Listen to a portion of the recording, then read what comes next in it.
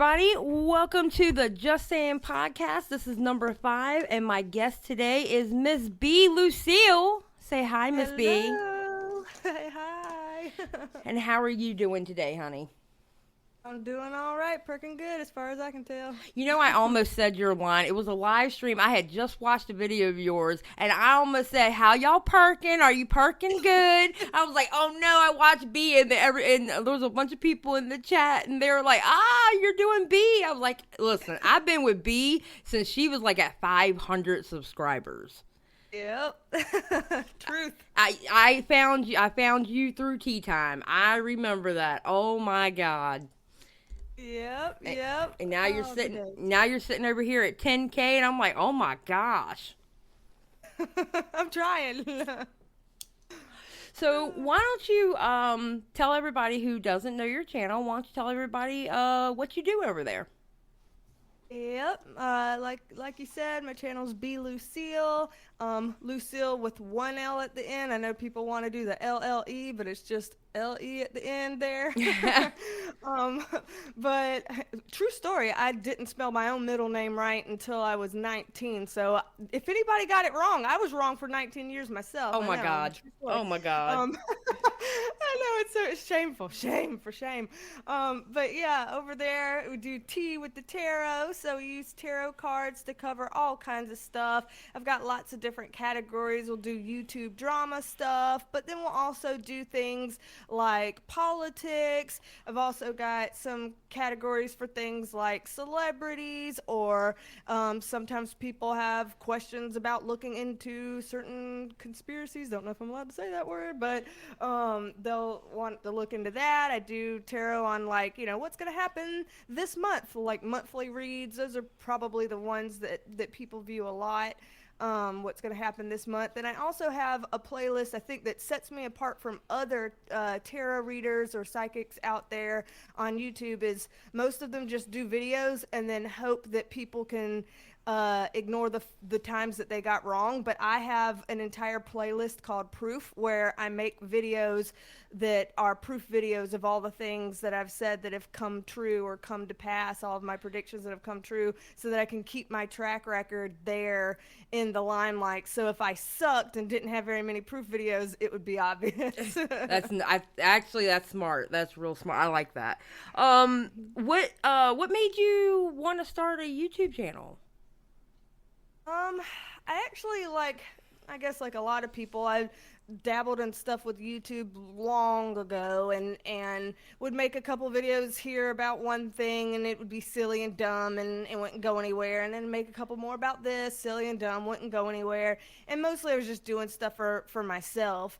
But it's probably close to 2 years ago now that I started making this type of content, and it kind of stuck because it felt like there was a place for this. I feel like there's so much, there's a big community of people who are really woo-woo, really spiritual, all of that. And then there's a big category of people who are very, just logical, and I want this, and I want to know about that, and blah, blah, blah. And there's not a whole lot of crossing over between the two. It's either you stay in your camp over there, or you stay in your camp over there. And I like gray area. I mean, well, I'd rather not like gray area, but I get stuck in gray area all the time. Right. And so I'm tending to bridge the gap between those two types of worlds and show that you can use spiritual practices in mainstream arenas and blend the two together, and it doesn't have to be so separated, so siloed. Right.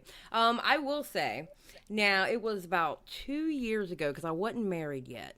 So it was about 2 years ago you did a private reading for me. And I'm not going to go into the details, but I will say this. Girl, you were spot on. You were spot on. Everything you said in that came to fruition. And I was like, oh, Miss B, yes. It was amazing. It was fun, too, because, I had questions that I was going to ask later, but it came out in the first one, and it was like, oh, my God. Okay, well, I was going to ask that anyway, so we can go ahead and go over that. That's fine. It was awesome. It was absolutely awesome. Now, I noticed at one point it seemed like it was going to become a trend when Toddy came out with her video when she came back, and she was kind of hitting that she didn't want the drama channels to do what they do, but she knew they were going to do what they do. But then she specifically said, like, the spiritual readers and stuff like that, and it became almost a big to-do on Twitter about it. And I remember your video on it. What do you... Refresh us again on how you thought about what she said. Yeah, so first and foremost, I saw people in places saying, "Oh, well, if B's a licensed mental health clinician, it's so weird that she wouldn't be okay with somebody that didn't want to read, didn't want to have readings on them, that somebody that didn't give permission or consent or this or that." And that I just want to go ahead and plug that up on my video that I uploaded. I mentioned 8 million times throughout the video that I think that people do have the right to choose, and that I was going to honor Tati's right to not have readings on her, and I was going to one up that and go back and private any videos that I've made. I think I made like 3 videos that were specifically about her, that I was going to go back and private those videos, and I did, which to my knowledge I don't think any other tarot readers out there went so far as to do that. And so I do appreciate people's right to choose, and I definitely honored that then and will honor that still. But there are some things that caught my attention with that. And this is me trying to remember my best from, however long ago that was when that happened. That was before my daddy passed away. Yeah. And so I think that was in maybe May or June, months ago. And so forgive me if my memory is a little bit off, but I just worried that how she worded things when she said that was a potential dangerous precedent for the tarot community, because I do believe the tarot community needs to practice ethics and make sure they're not doing disrespectful things or problematic things. There's a certain responsibility there that tarot readers need to take, and I think a lot of them do take that, though I'm sure there are some that don't. Unfortunately, there's in any bunch there's going to be good apples and not so good apples. Well, of course. Yeah, so I don't think that that's anything specific to the tarot community, but she was saying things like, tarot speaks death over your life, and these very highly sensational fear porn types of statements that tarot is already a taboo community. It's already very misunderstood, mislabeled. People have misdirected anger at any kind of what they consider the occult. And when she was talking about things being like evil and all about death and stuff like that, then that perpetuates a certain stigma that is inaccurate of what many tarot readers actually do, and that can promote people to pick up their pitchforks and storm the castle kind of thing. And they did do that. Like my video is saying I'm worried that they're going to do that, and people were kind of shitting on my worry there, but it did happen. That is exactly what happened. People came with their misrepresented beliefs, and they were spouting all these things about you're gonna go to hell because you do this and that and the other, and blah blah blah, and all this stuff, and you're tapping into negative stuff, you're looking into the devil, and you're this and that and the other. And myself and many other tarot readers tap into our spirit guides, angels, archangels, light beings that are surrounding us, God force energies, good positive things that you have to be in a good state of mind and a good state of being to be able to tap into. And a lot of people are not doing some, trying to get some demons through a Ouija board kind of bullshit with this. Right. Like what she was making it sound like. And so that was a problem for me, is perpetuating some sort of a misunderstood stigma that was gonna be problematic and take take the tarot community back a couple of years. And then also there were some people worried about, well, what if anybody that may be wanting to avoid critique or criticism start saying, oh, I don't want anything being read on me, and that's their way of being like, it's against my religion for you to read on me, and then now they escape critique or criticism. Right. And some people were saying, that's dangerous because there's a lot of people abusing things like religious exemptions and stuff for all kinds of things. And some people are saying people today for VA CCINES. Yeah. I don't know what I'm Yeah. allowed to say on here. Yeah. That some people may be abusing religious exemptions for things like that, and that this is something that's kind of one of those things that people could be abusing that to say, oh, it's against my religion if you do any reading around me. And the thing with that, the logical fallacy there is that if it's against your religion to do tarot, then don't do tarot yourself. And if it's against your religion for tarot, don't watch tarot, don't consume any tarot videos, don't engage in it yourself. It doesn't really seem like because you're against tarot that other people, would have to limit their things because you're against tarot. So there's a lot of kind of back and forth arguments and ideas around that. And so it's a slippery slope, but I do tend to, if somebody is saying like Tati did, that they don't want tarot readings done on them, I have not done a tarot reading even remotely including Tati since. Right. And I'm happy to continue on that way. Yeah, it's kind of, I don't want to say weird, but it's kind of, it's based on people's different spirituality, as in like what they believe and their different belief systems and stuff like that.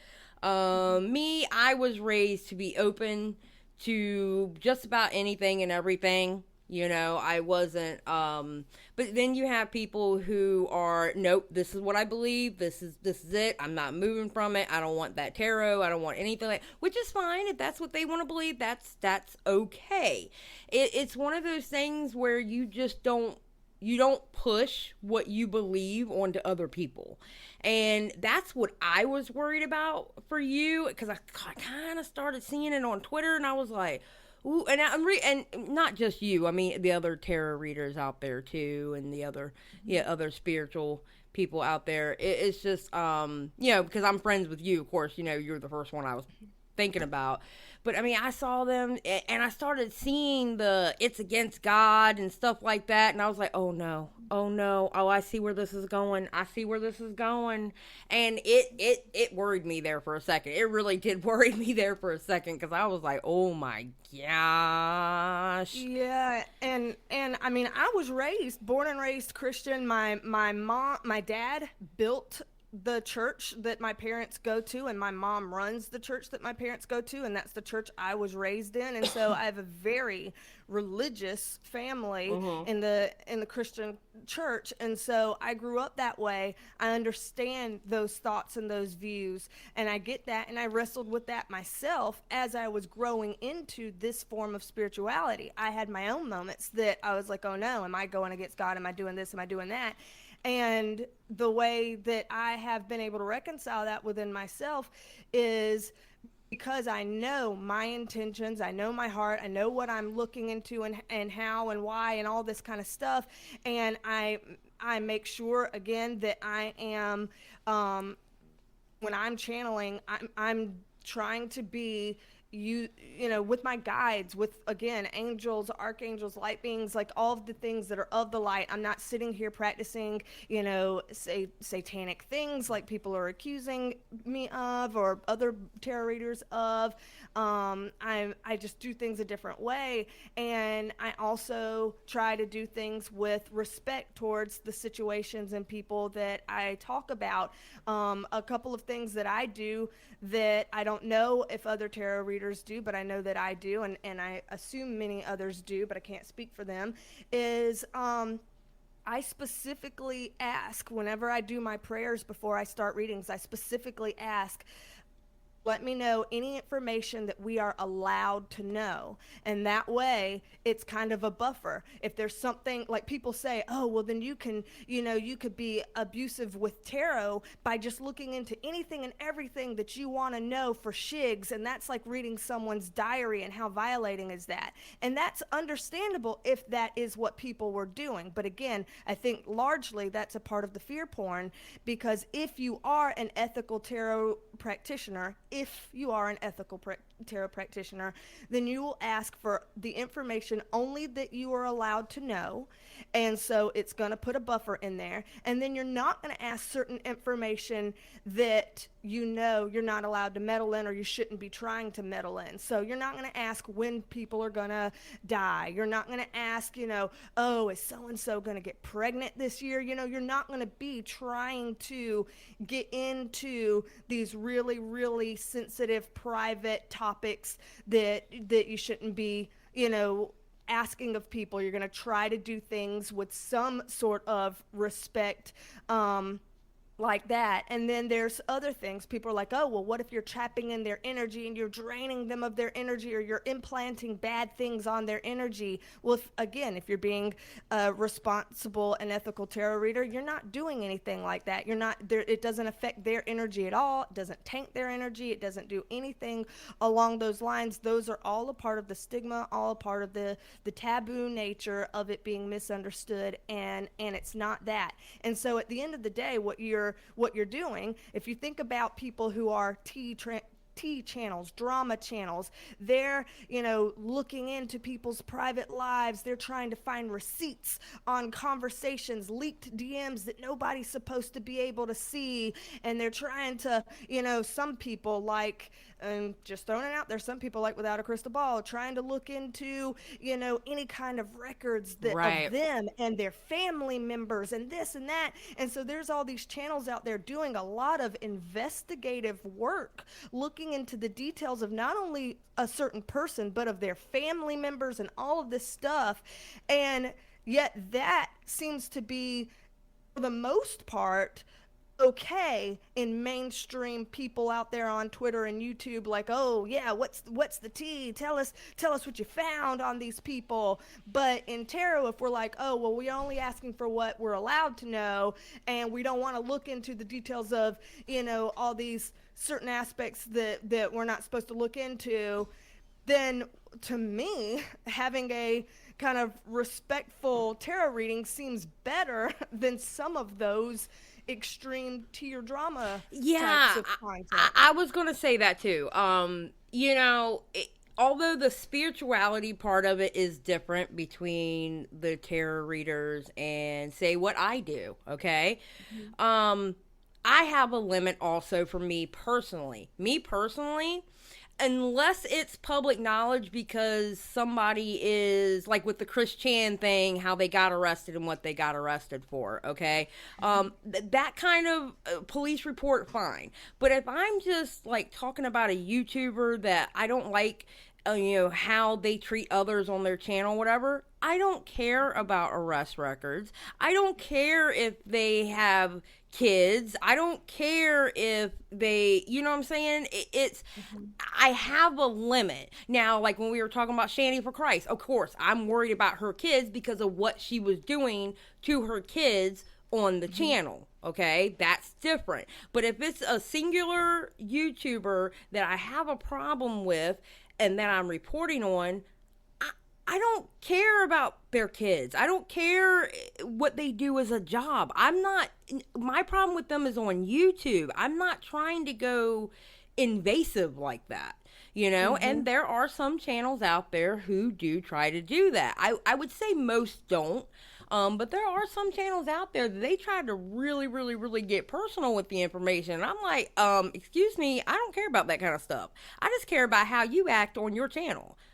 Exactly. Yeah. Exactly. And then also with this, like, I only read on public figures about situations that are happening publicly. Right. So again, I'm not reading on, if I ever do read into anything that seems like, oh, this is a little sensitive or a little salacious or a little private, it's only that it has already been presented publicly some kind of a way. So if there's something like, oh, but this is about their relationship, you did too read on so and so's marriage. Well, it was something that's going on publicly that people are publicly talking about their relationships, such as Amber Heard and Johnny Depp. People are publicly talking about their relationship. So yes, when I looked into things, I'm looking into things about their relationship because it's public figures, and this information and discussion is on the public forum. Yes, and even the court cases too. And even the court cases too. It's been on mainstream news. Something like that, something like that is totally different than me talking about a certain person and a certain person on their channel who we don't even know what they look like, because they're anonymous. I don't care. I'm talking about how they're doing their videos or how they treat their audience or something like that. I don't care if they have kids. I don't care if they've been divorced. I don't care if they got a speeding ticket 12 years ago. I don't care about that stuff. I just care about what they're doing publicly, and that is what they're doing on their channel. Or their TikTok or their Instagram or their Twitch, that's what I care about. Now, if what they're doing is wrong, like say to their kids on their channel, like with Shanny for Christ again, what she was doing to her child on her channel. Okay, now we're stepping into, something's wrong here. But it was still done publicly. It's not like we went through and dug through a bunch of files to find this, and this, Exactly. And so it's like, I'm not reading on, private figures that never wanted to be public, and I'm not reading on public figures with these certain things that were never intended to go public. Right. And, all of that kind of stuff. And I think people have some misinterpreted ideas about how that's done. And those are kinds of things that, again, with Tati's video, it exacerbated that stigma, perpetuated it. And to her credit, though, I will say, if there are, and I'm sure there are, tarot readers that do those things, it's unfortunate because to them, I would say, you're giving everybody a bad name, and you are a part of what's perpetuating the stigma because you are being a part of this problem. You're the reason why we can't dig ourselves out and clear our name because you're doing these things. Absolutely. And that might have been, and you know what? That could have been part of the reason why she said that, because she might have seen a video like that before. Because listen, with every good stack of people, you're going to have bad ones in there. Okay, so you never know. It could have been a bad one that she's seen and was like, whoa, wait a minute, you know what I mean? So I agree, and if there were, I hope that she would have either spoken to them privately or mentioned their name, because the thing is, if it is just a few bad eggs doing something like that and you're aware of that, but you make a blanket statement as if everyone is this way, then everyone gets the hate and everyone gets the label, and we all sink on that Titanic when it was just a few bad lifeboats or something on it. And so that's the issue here. And then the last thing I can remember about that video, just as an aside, is people were like, well, it's violating if you tell people their future and then they feel sad and scared that they can't change it and this and that and the other. Well, when you're looking at future potentials, I tell people this all the time with tarot. This is how tarot works with future potentials. Think about, in this moment, there are various potentials that I can do. I can finish this interview with you on this podcast, or I could get up and fucking leave, or I could go to the bathroom. I could call, my dogs, and there's any various thing that I'm going to do. The potential that has the most energy behind it right now, based on how my current decisions and thoughts are going, is that I'm going to just sit here and finish this conversation with you. That's the one that has the most energy behind it. So when I'm reading tarot on what's the future of this situation going to look like, that's what tarot is going to show me. The energy behind the thing that has the most energy behind it, the potential that has the biggest backing behind it is what I'm going to see. That doesn't mean the other potentials don't exist, and that doesn't mean if I start to change my mind, which makes me start to change my decisions and my actions, that I couldn't end up flowing into a different potential. Anybody has that opportunity. This is a free will universe. So if somebody were to see something in the cards that said something like, "Ooh, it looks like, negative things could happen to them if they continue to do these damning things to themselves." Well, if they decide, I don't want to do that anymore, that's too risky, maybe I shouldn't, here, let me start deciding these things, then the outcome could change, and we would do pull cards on that later, and we would see the changed outcome based on them changing their minds and making different decisions and making different outcomes. So when you're reading tarot, you are reading for future potentials, but you're reading for future potentials. You're not diagnosing exactly this is what's going to happen. You're going to say, if things go on exactly the way they've been going, then this is what we're going to see. But if they decide to change their mind and make different actions, they can do that. And that's a cool part about how tarot is a tool. And tools, like anything, can be used for good or for bad. Money is a tool. People do great things with money. People do shitty things with money. Yep. Don't blast the tool and don't shoot the messenger. Think about people, who's behind the tool, who's wielding the tool, and how trained are they to do that. And there's a lot that goes into it, and we don't get lumped into one. I actually have a perfect example of that with my own tarot readings that I have been having for the last 20 years. Okay. Mm-hmm. Do you know you are since I started having tarot read, and we're talking across multiple people reading tarot on me, okay? Not just one person than you, all right? Out of like 20 years of having my tarot read, you were the only one who did not say I would end up being the crone. Wow. Okay?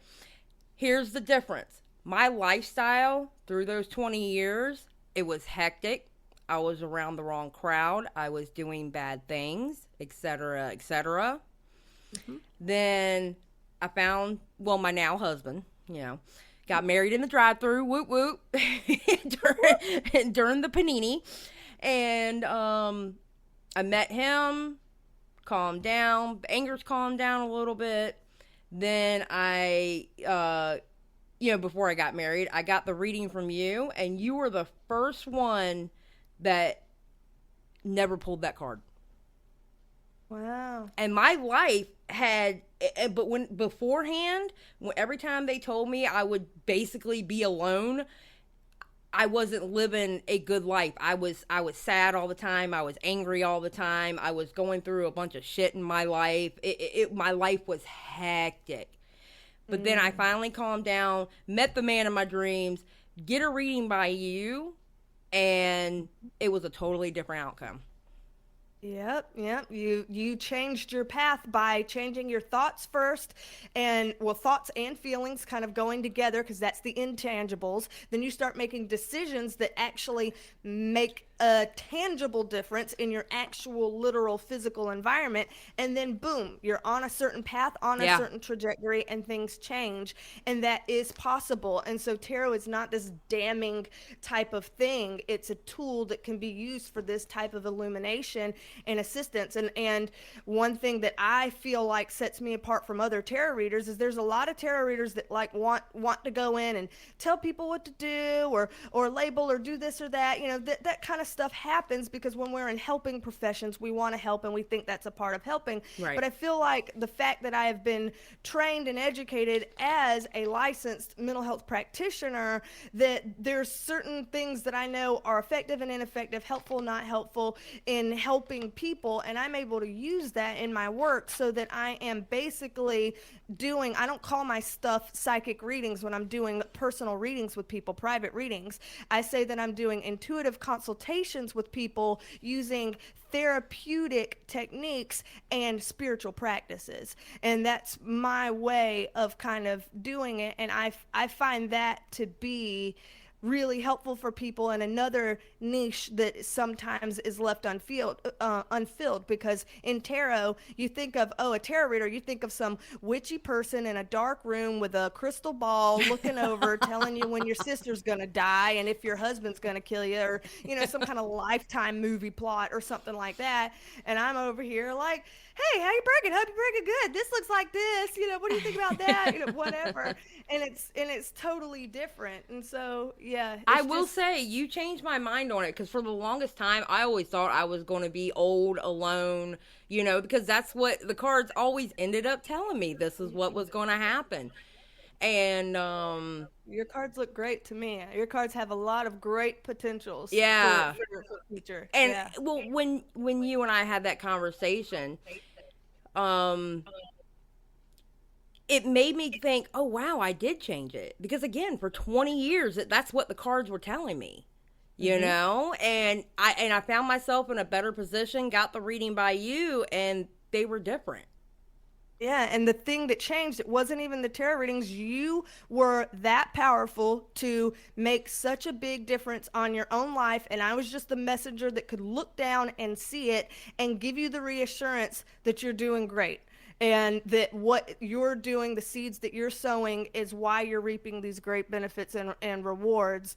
And I was just looking at that in a tool, just so that you have that reassurance that, hey, it feels like I'm on the right track. I'm trying to make these changes, but am I damned to this bad thing? And then now that you see, no, you're doing awesome and keep this up, then it's now this uplifting thing, like, okay, I don't feel like I'm damned to this certain outcome, this certain ending anymore. Like, I've got this. It's going to be okay. And a lot of times people just need that release and that help and that validation and that reassurance, and somebody to kind of hold their hand in a moment to help them take it from here, because it's not the spiritual stuff that's doing things for people. It's just helping people help themselves. Yeah. One thing, I watched your latest video, your Eugenie Cooney video, and the one thing I appreciated what you did about that video is you're like, okay, listen, some of the questions y'all had, I'm not going to answer them. I'm not even going to ask. I'm not going to answer them. And then you did go through, you were going to read what you were allowed to know. Yeah. Yeah, I didn't want, like, people have been heavily requesting that video for years, and I've just avoided it because I know what people are wanting to know. And then finally I'm like, if I'm avoiding it, it's just going to get louder and louder. I've got to acknowledge it. Right. But I'm going to acknowledge it my way. I am not going to use the cards to say, when's this person going to pass away? Are they going to pass away on stream? Is this, those things that I just feel are completely inappropriate for me to ask of the cards. So I'm like, no, I'm not going to ask that. What I will ask are, again, she's a public figure, and there's certain public questions about her. And so I will ask these public types of questions that are about this public type of person. But I will ask them, and I will have respect towards her as I do it. I'm not going to sit here and belabor any kind of discussion on some, alleged ED. And I'm also not going to put up salacious photos of her physique or anything like that. Right. And even in my thumbnail, it's just this pretty headshot of her, and not showing anything below her face. Right. And so there's just, I really do put a lot of time, thought, and effort into those types of things to respect the content and the people that I'm talking about. And it does very negatively affect my views and clicks, because I won't go there and other people will go there and they'll get the views and the clicks and the whatever. And so I struggle a little bit sometimes, with making ends meet and stuff like that. I still have 2 jobs, but I had a 3rd job, which was my highest paying job. I had to quit when my dad fell ill with cancer, and now that he's passed away, I'm still handling things like probate court and all this other stuff with him. So I still am not yet at a place where I can get a 3rd job. And I've had times where I'm like, well, if I would just do those things, I could probably make ends meet a little bit better. But then I'm like, but my integrity would be torn up, and I can't. No, but you know what, though? In the end, just know that you have integrity. That's what it boils down to. It boils down to having integrity. Of course, people want to see the salacious stuff. I mean, people are nosy by nature. They love dumpster fires and they love watching dumpster fires. But no, I have respect for you because you have integrity with what you do. You really do. And the thing I like about you too is not only do you have that integrity, but you actually care. Like, you care. I mean, you actually care with what you're saying. And you care at what you're looking at and what you're feeling. You just care about the whole process. Where it's not just, hey, I'm just going to tell you this, and this. You actually care. You can see it in your face. You can see it how you talk about it and everything. And I appreciate that about you.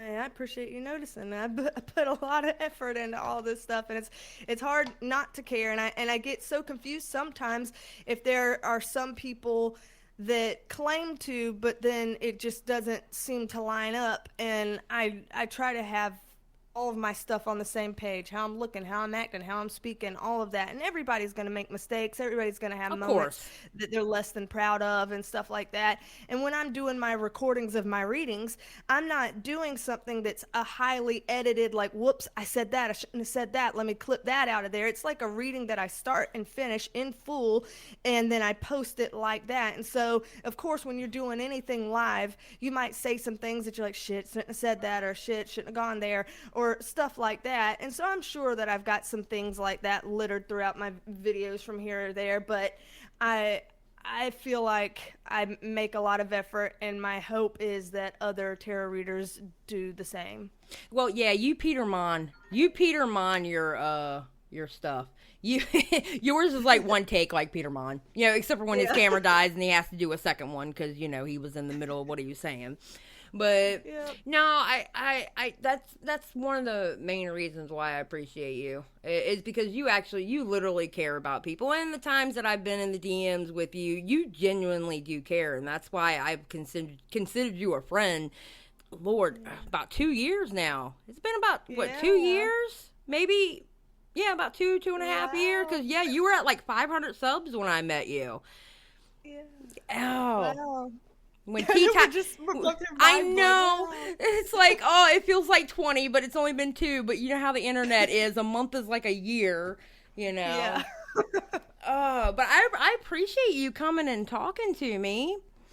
Yeah, I appreciate you having me on. When you asked, I was like, oh my gosh, I get to be on a podcast with Xylie. Oh my God. I'm going to embarrass myself. I'm going to embarrass her, but I'm going to try not to. I'm like, what's expected of me? Tell me when and where, and I'm here. Best believe, with the amount of BS that I go through on my live streams, there's nothing you could do that could embarrass me because I can edit it out because we're just recording, okay? So that is no big deal. But we should collab one day. I still want to do a collab with you. I don't know. We'll figure out something because I think it would be cool too. Because I know you and I can sit and talk shit for hours. I know we can. Oh, I'm sure. Easy. Any last thoughts or anything you want to tell the audience before we get out of here? I guess thank you for giving me the time of day. Thank you for hearing me out. And should I put my website? Yeah, sure. Go ahead. Go for it. Okay. So my website, www.beestalksandtarot.com. And again, that's kind of linked in my description and everything on my Bea Lucile channel too. So yeah, I'll have it linked down below. I'll have it linked down below. And believe me, her private readings are actually fun. And it's not like stale or anything. She will laugh with you. She will just go through everything with you. Believe me, they're fun. I love them. I love them. I highly recommend them. All right, guys. So that was episode number 5 of the Just Saying podcast. And everyone, say goodbye to Miss Bea Lucile. We appreciate it. That's with 1 L, by the way. Say goodbye to Miss Bea Lucile. We loved having her here. Thank you, ma'am. Thank you. All right, guys. And I will see you in the next live stream. Bye.